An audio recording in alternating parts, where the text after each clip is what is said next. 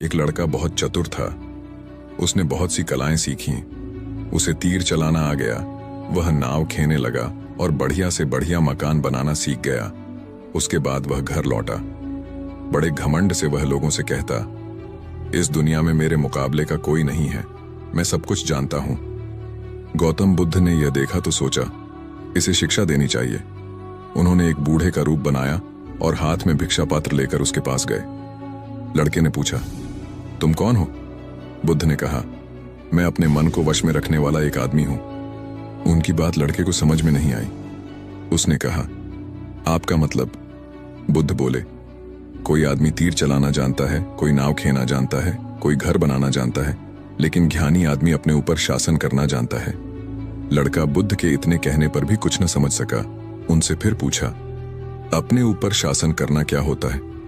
बुद्ध ने कहा, अगर कोई उसकी प्रशंसा करे तो वह खुशी से नहीं फूलता, निंदा करे तो दुखी नहीं होता।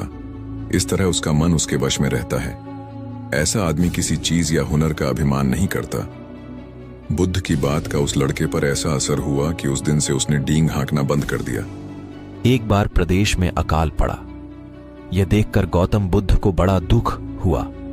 उन्होंने लोगों से कहा कि बहुत से लोग अन्न और वस्त्र के लिए तरस रहे हैं। उनकी सहायता करना हर मनुष्य का धर्म है। आप लोगों से जो कुछ बने वह दान करें। बुद्ध का उपदेश सुनकर सब लोग बिना दिए अपने अपने घर चले गए। एक गरीब व्यक्ति बैठा ही रहा। उसने सोचा कि मेरे पास तो ये वस्त्र हैं, अगर मैं इन्हें उतार कर दे दूंगा तो नंगा हो जाऊंगा। उसने फिर से सोचा कि मनुष्य बिना वस्त्र के पैदा होता है और बिना वस्त्र के ही चला जाता है। न जाने कितने साधु सन्यासी बिना वस्त्र के रहते हैं, फिर मैं बिना वस्त्र के क्यों नहीं रह सकता? उसने अपने वस्त्र उतार कर बुद्ध को दे दिए।